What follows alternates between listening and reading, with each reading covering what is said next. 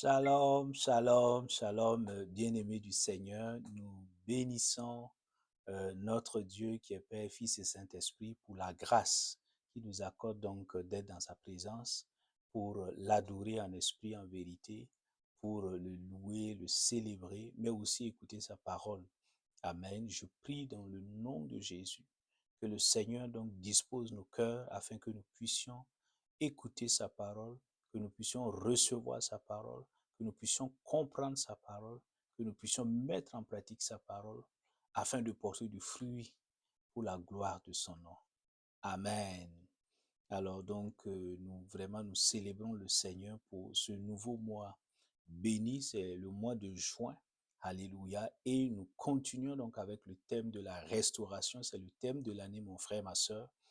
Et donc, tu peux noter donc le thème de ce jour-là. Il est intitulé Un cœur restauré, de point, l'expérience de David. Un cœur restauré, l'expérience de David.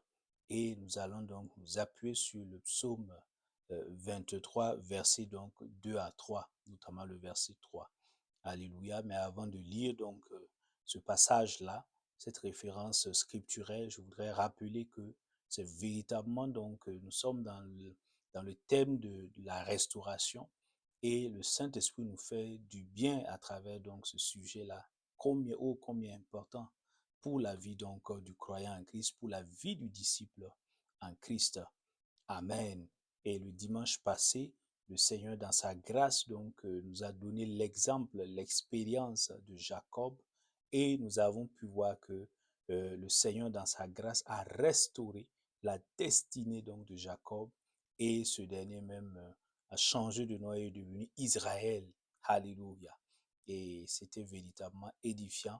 Donc, si tu n'as pas encore pu l'écouter, je t'invite à l'écouter ou à le réécouter. Amen.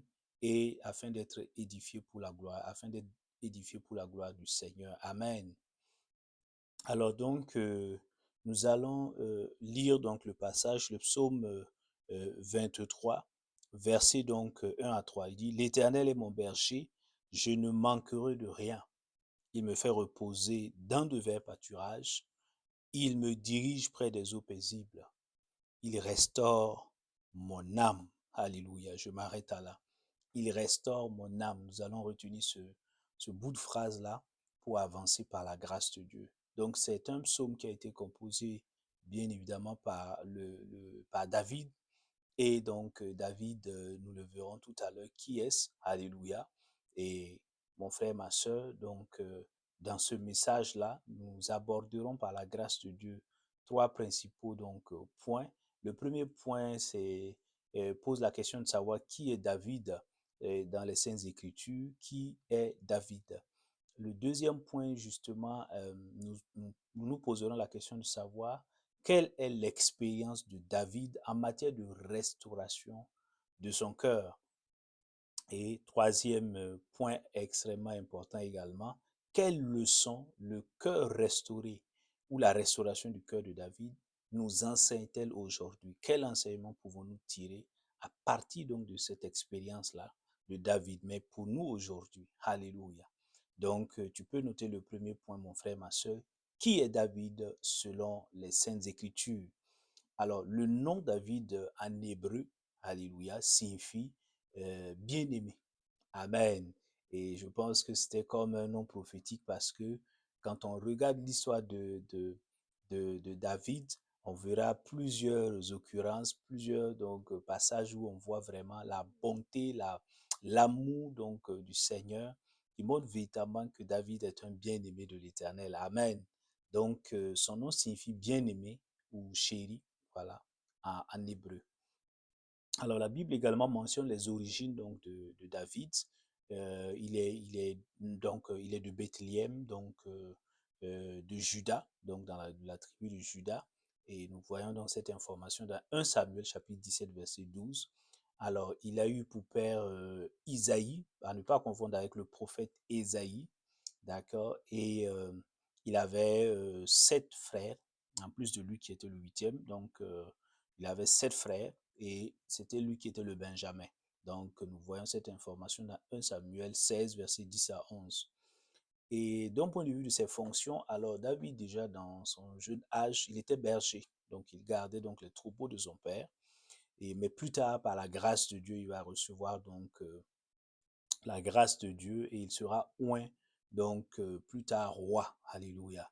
Donc pour occuper donc des fonctions de gouvernance politique et donc et pour la gloire du Seigneur. Amen.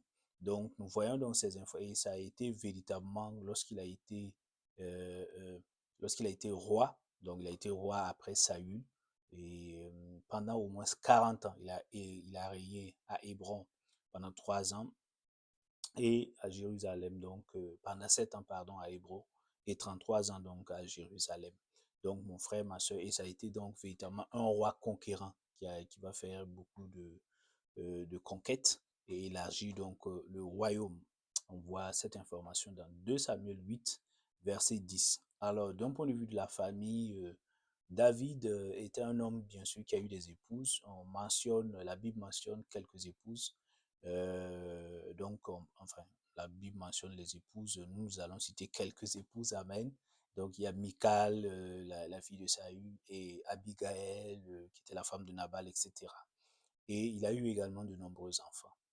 Alors, la Bible également prend le soin de mentionner que David était un homme talentueux. Dieu lui avait accordé un certain nombre de talents. Donc, tout de suite, je disais, c'était un guerrier très courageux qui a osé affronter. On voit David, lorsqu'on parle de David, on voit tout de suite celui qui a défié Goliath et qui l'a tué, en fait, à travers sa fronde, etc. Donc, il a été très, très. Donc, il avait ce talent donc d'un guerrier combattant. Et nous le voyons donc dans 1 Samuel 17 et d'autres passages. C'était aussi un grand musicien. Il avait un talent pour la musique. 1 Samuel 16, 14 à 23 nous le précise. Et David également était un grand poète. Donc, il avait un talent pour la poésie. Quand on regarde les psaumes, la plupart des psaumes donc, a été composé par David et reflétant à la fois donc la dimension donc poétique, mais aussi spirituelle. Mais véritablement, quand on lit, on peut l'analyser. C'est plein de poésie. Amen.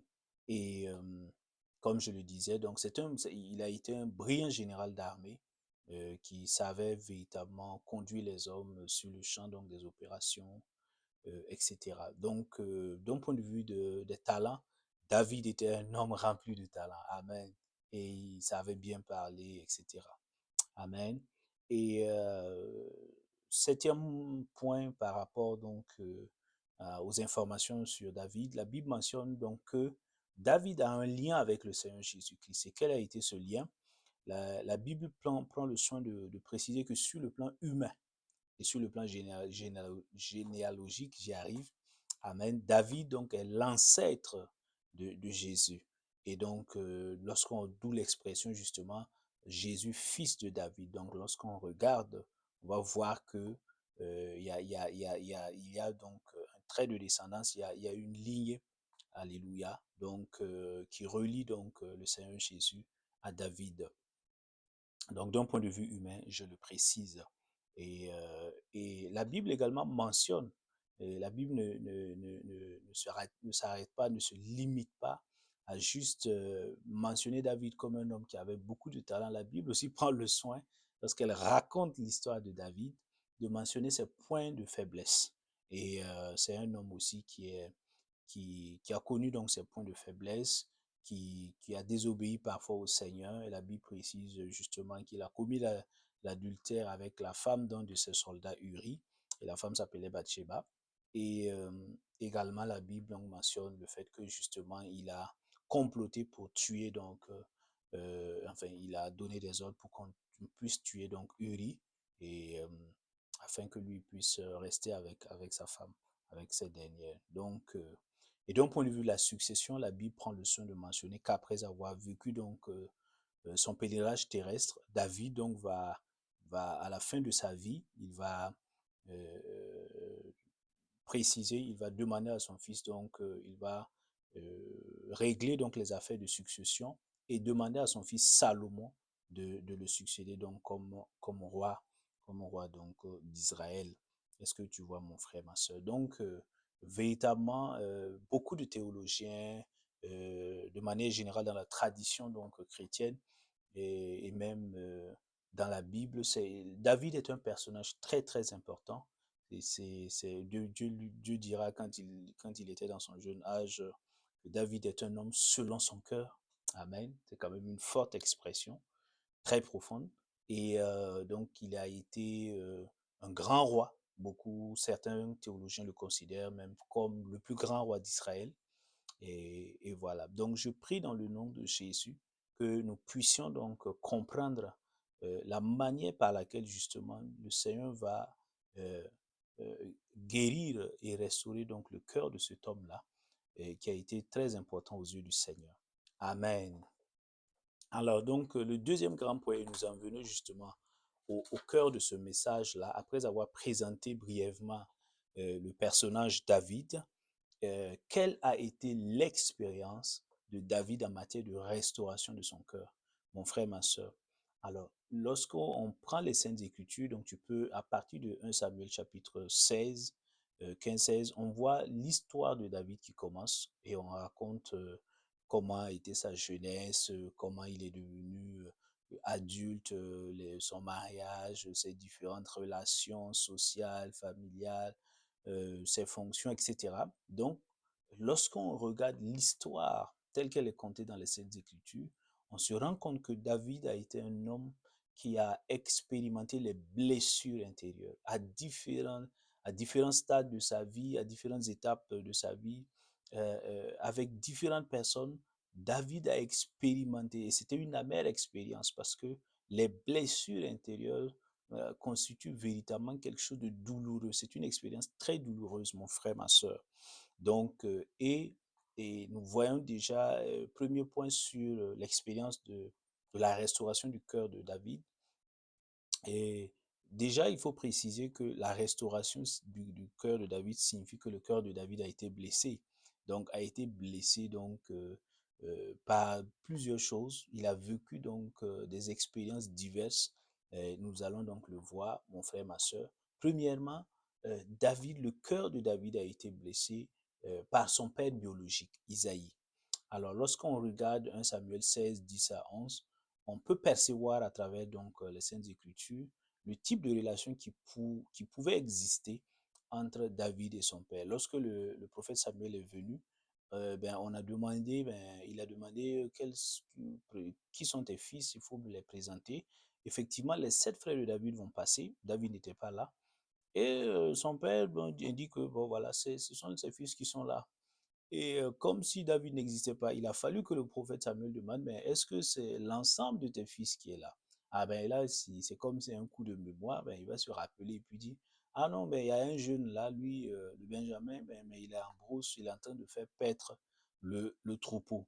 Donc déjà, quand on regarde ces expressions, donc, on pourrait donc, on voit que le texte biblique euh, pointe des éléments, met en avant des éléments que l'on peut interpréter comme le fait que David, avec son père, enfin, le père de David pouvait négliger David, en fait. Il pouvait le considérer, il pouvait avoir moins d'affection pour lui parce que son attitude pouvait donc révéler cette moindre affection et cette négligence d'un point de vue donc des sentiments ou d'un point de vue des émotions envers David. Et deuxième élément, donc à part son père, il y a un deuxième élément, c'est que le cœur de David va être blessé par ses frères. Alléluia.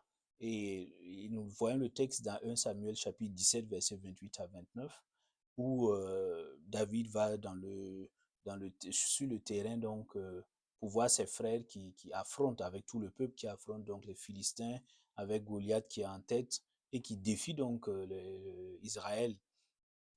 Et donc, lorsqu'il va justement rencontrer ses frères qui sont sur le terrain, sur le champ de bataille, tout de suite, on voit les propos donc, de son frère qui vont véritablement être...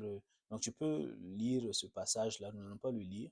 1 Samuel chapitre 17, verset 28 à 29, nous voyons ben, son frère qui lui parle vraiment de manière méprisante mais qui lui dit, je connais ton insolence, je connais... Il était en train de s'informer pour voir, est-ce que lui aussi peut contribuer justement au combat et voir dans quelle mesure on peut gagner la bataille contre les Philistins, notamment contre Goliath. Donc, il prenait juste des informations sur l'évolution de la situation. Et n'eût été, tout de suite, on a vu le courroux, la colère de son frère qui a commencé à mal lui parler. Et lui-même, il était étonné, en fait. Donc, et son frère s'appelait Eliab, c'était son frère aîné. Et il lui a mal parlé avec beaucoup de haine, beaucoup de mépris. Donc, bien évidemment, on imagine que cela a touché le cœur de David, même s'il n'a pas exprimé de manière directe, de manière franche. On imagine à sa place véritablement qu'il a pu être touché par cette haine et ce mépris donc de ses frères, notamment de son frère aîné Eliab. Alors, troisième élément, c'est que David va aussi expérimenter, il va faire la même expérience des blessures intérieures avec son mentor Saül, Saül qui était déjà roi, et il va recevoir la grâce de pouvoir venir dans la cour royale.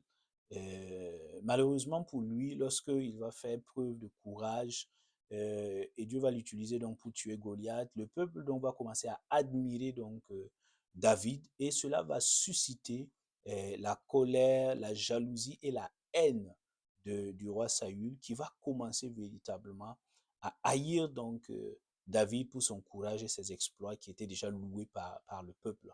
Donc il va le voir comme un potentiel rival, alors que véritablement David avait de bons sentiments envers donc son mentor Saül, qu'il appelait même son père. Tu vois, mon frère, ma soeur. Donc, et nous pouvons le lire dans 1 Samuel 18, tu peux le lire dans 1 Samuel 19. Amen. Et Saül, non seulement il va nourrir de la haine à l'égard donc de David, mais il va chercher par plusieurs voies et moyens donc à le faire mourir, et il va le pourchasser donc il va le faire poursuivre avec son armée pendant de nombreuses années. Donc David va devoir fuir, aller donc dans les déserts, aller dans des cavernes, etc. pour se sauver. Est-ce que tu comprends, mon frère, ma soeur? Et cela, bien évidemment, on imagine lorsqu'on on imagine ce David-là qui était admiratif de Saül et qu'il considérait comme un père, qui va se retourner contre lui sans qu'il lui ait fait un quelconque mal. Euh, on imagine toute la douleur et la peine donc qu'il va ressentir dans son cœur. Tu comprends, mon frère, ma soeur. Donc ça, c'était également une troisième expérience de blessure au niveau de son cœur. Amen. Et nous voyons dans quatrième expérience donc de blessure au niveau du cœur donc de David. David va être blessé par Nabal, hein, Nabal qui était donc un chef qui avait des troupeaux. Donc quand David était en fuite, il cherchait bien sûr comment donc pouvoir à ses besoins. Et l'une des activités par lesquelles il va pouvoir à ses besoins, c'est de rendre service à ceux qui en avaient besoin. Et comme il avait déjà été berger, donc il pouvait garder, avec ses hommes, il pouvait garder les bergers donc de ceux qui étaient en besoin. Et Nabal, il va rendre service à Nabal en gardant ses troupeaux.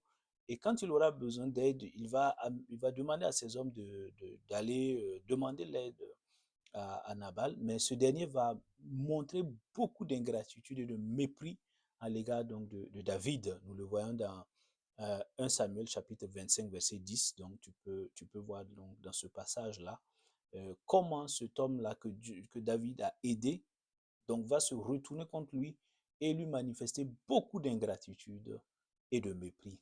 Donc on imagine également ici à ce niveau-là combien donc David a été blessé par cette attitude d'ingratitude à son égard.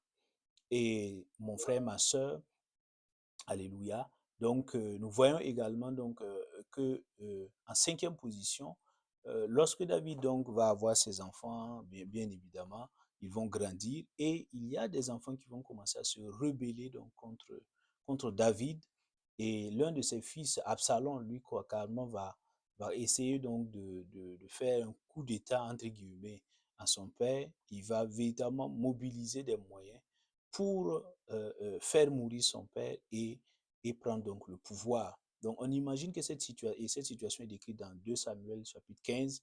notamment le verset 18. Donc, on imagine que cette situation n'a pas, bien sûr, réjoui le cœur de David, qui voudrait que son fils prenne les armes contre lui, et ça n'a pas de sens, mon frère, ma soeur. Donc, cette situation a beaucoup, a pu affecter David, donc, au niveau de son cœur, et constituer une blessure. Alléluia. Et donc, sixième point qui montre, sixième expérience en matière de blessure, donc, de son cœur, David va être trahi par beaucoup de ses collaborateurs, donc des gens sur qui il comptait. Donc, lorsqu'il a commencé, donc, il a fait face à la trahison et donc à la révolte de son fils Absalom, beaucoup de ses collaborateurs vont l'abandonner et se joindre donc à son fils pour le combattre. Donc, on imagine toute la douleur de voir certains de ses conseillers, certains donc de ses hommes de main qui vont donc lui retourner, enfin, lui tourner donc leur veste et puis aller avec son fils. Donc, on imagine la douleur donc de cette trahison-là au niveau donc du cœur donc de David. Et nous voyons même dans 1 roi chapitre 2, lorsque il était en train de préparer sa succession avec Salomon, il va se rappeler de cet épisode-là en mentionnant un certain nom. Hein, donc, son chef d'état-major général, Joab, des personnes à qui il a fait du bien, Chiméi, Akitopel, qui était son conseiller, etc. Il y a des personnes comme ça avec qui il a travaillé, qui ont blessé son cœur à travers leur attitude et leur comportement. Et mais septième point, nous voyons justement que après avoir vécu toutes ces douleurs-là, après avoir vécu toutes ces blessures intérieures qui ont affecté son cœur, David va crier à Dieu, il va chercher le Seigneur dans les prières, dans les supplications. Alléluia. Et le Seigneur va faire grâce. Alléluia. Et c'est ça la bonne nouvelle, mon frère, ma soeur. Et c'est là que l'on voit justement l'expérience de la restauration de son cœur par David. Alléluia. Donc, il va crier à Dieu, il va chercher Dieu, amen, jour et nuit, et lui présenter l'état de son cœur. Et Dieu, dans sa grâce et dans sa miséricorde, va toucher son cœur, va le guérir donc de ses trahisons, va le guérir donc de ses ingratitudes, va le guérir de ses mépris qu'il a vécu, dont il a été victime. Et nous le voyons, alléluia. Et il va manifester justement cela. Il va écrire cela dans les psaumes. Lorsque tu lis les différents psaumes donc, qui ont été écrits par David dans la Bible, tu le vois nettement. Alléluia. Comment Dieu a secouru cet homme-là, comment Dieu l'a libéré de la haine, des rejets, des mépris, de l'ingratitude dont il a été victime. Alléluia. Et nous le voyons dans le psaume là. Là, mon frère, ma soeur, nous allons lire ce passage-là. Le psaume 31, et le psaume 31, verset 6, là, qu'est-ce qu'il dit? Il dit, je remets mon esprit entre tes mains. Tu m'as libéré, éternel Dieu de vérité. Tu entends, mon frère, ma soeur? Et il dit encore dans le psaume 55, là, mon frère, ma soeur, nous allons le lire. Le psaume 55, verset donc 19, nous voyons donc David également, qui montre comment Dieu l'a guéri donc de ses blessures et comment donc le Seigneur a restauré son cœur. Tu comprends, mon frère, ma soeur? Le psaume 55, verset donc 19. Qu'est-ce qu'il dit dans ce passage-là? Il dit, je lis la parole de Dieu, il dit, par la paix, hein, il a libéré ma vie, le Seigneur a libéré, l'Éternel a libéré ma vie. Alléluia. Et je commence à partir du verset 18, il dit, le soir, le matin et à midi, je soupire et je gémis, et l'Éternel a entendu ma voix. Par la paix, il a libéré ma vie. Alléluia. Donc Dieu l'a guéri et lui a redonné la paix. Amen. Lui qui vivait donc, qui était dans ses blessures intérieures-là, alléluia, et qui les avait vécues donc dans sa chair et dans son cœur, Dieu, dans sa grâce, après avoir crié au Seigneur, après avoir supplié, le Seigneur est venu dans son amour, le toucher, le guérir et restaurer son cœur. Et il a retrouvé la paix, il a retrouvé la joie, il a retrouvé la quiétude. Alléluia. Je prie dans le nom de Jésus, de la même manière que le Seigneur, alléluia, a touché, a guéri le cœur qui est blessé, meurtri donc de David. Je prie que pendant que tu ouvres ton cœur et que tu cries au Seigneur, que tu viens au Seigneur, que tu le cherches, je prie et je déclare que le Seigneur te touche, qu'il te guérit, qui te restaure de tout rejet, de toute trahison, de toute ingratitude, de tout mépris, de toute haine dont tu as été victime depuis l'enfance jusqu'à maintenant. Au nom de Jésus-Christ de Nazareth. Amen. Alléluia. Et mon frère, ma soeur, nous continuons. Maintenant, le troisième grand point, quelle leçon, alléluia, la restauration du cœur de David nous enseigne-t-elle aujourd'hui? Oui, David a reçu par la grâce de Dieu cette restauration de son cœur après avoir expérimenté les blessures intérieures, les blessures de l'âme, les blessures émotionnelles. Alors, nous pouvons donc retenir quatre leçons, quatre principales leçons. La première leçon, tu peux le noter, la restauration du cœur passe d'abord par la reconnaissance que mon cœur est blessé. Voilà. La restauration du cœur passe par la reconnaissance que mon cœur, il est blessé. Amen. Comme David. David va dire au Seigneur, lorsque nous lisons, prenons juste quelques versets, le psaume 25, 17, le psaume 31, 10, le psaume 42, verset 7. Alléluia. Nous le voyons, je lis le dernier peut-être pour que tu vois. Le psaume 42, verset 7, là, il dit, mon Dieu, mon âme est abattue à mon sujet.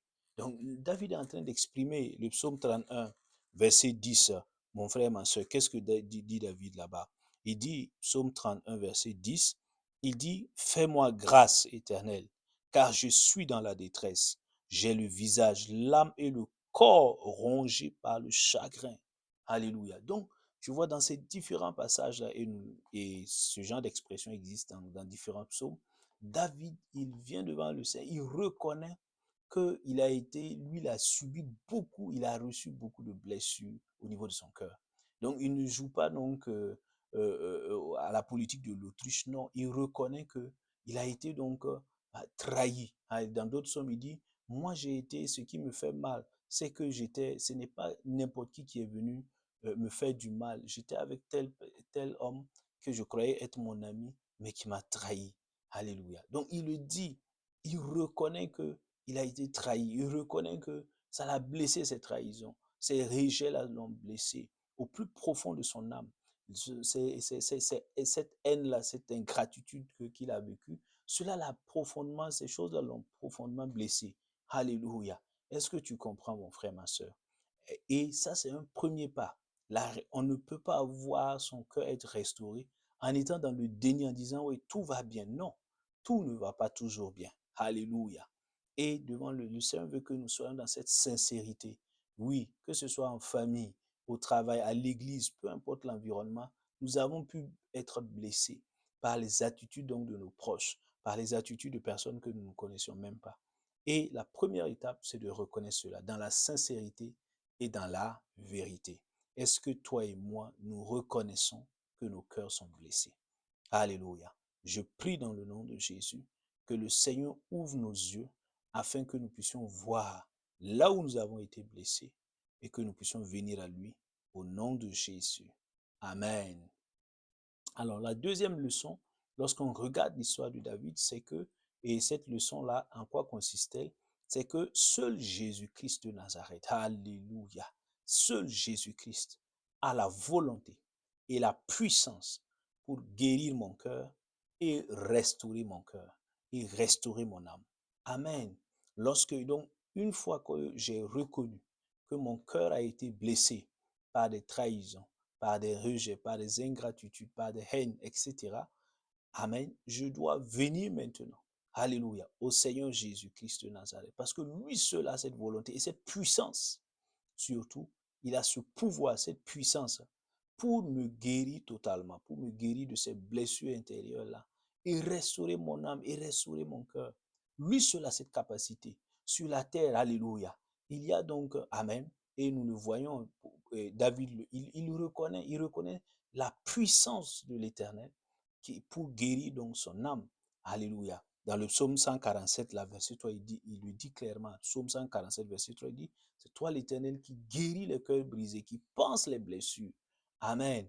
Dans le psaume 34, alléluia, psaume 34, verset 23, il le dit, psaume 34, verset 19, il le dit, alléluia, il dit, l'Éternel est près de ceux qui ont le cœur brisé et il sauve ceux qui ont l'esprit dans l'abattement. Tu entends?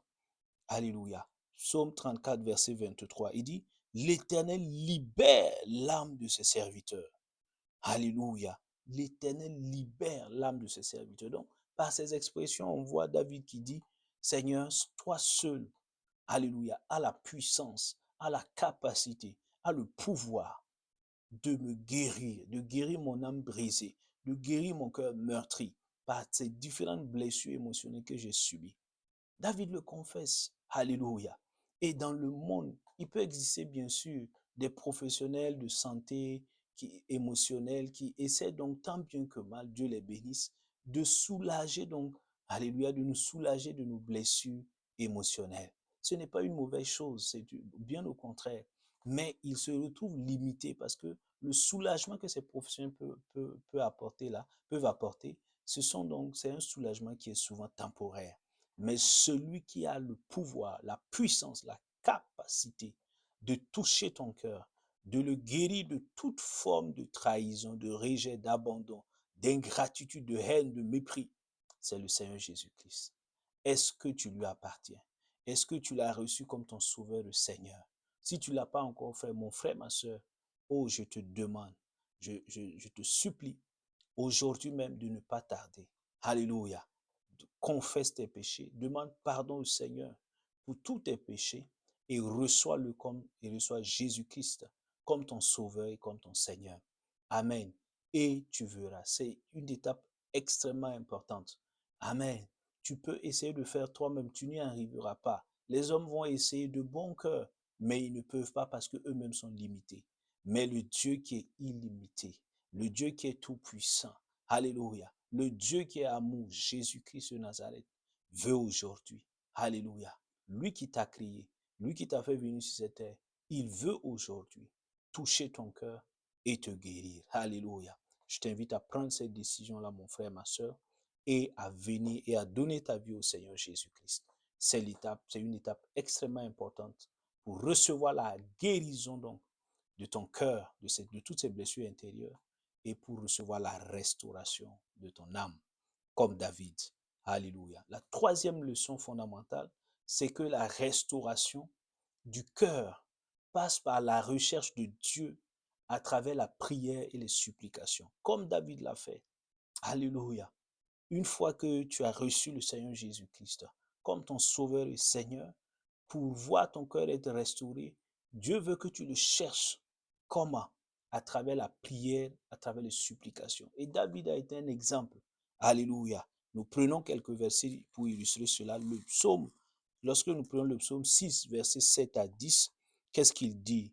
Il dit, c'est David qui parle, il dit, je m'épuise à force de gémir. Chaque nuit, je baille ma couche de mes pleurs. J'arrose mon lit de mes larmes. Mes yeux sont usés par le chagrin. Ils vieillissent à cause de tous mes adversaires. Écartez-vous de moi, vous tous qui commettez l'injustice, car l'Éternel a entendu la voix de mes pleurs. L'Éternel a entendu mes supplications. L'Éternel accueille ma prière. Alléluia. Tu entends, mon frère, ma soeur? Et il continue. Nous lisons le psaume 31 là, comme nous venons de lire. Alléluia. Le psaume 31, verset 10 là. Il dit la même chose. Donc nous voyons, il va implorer Dieu.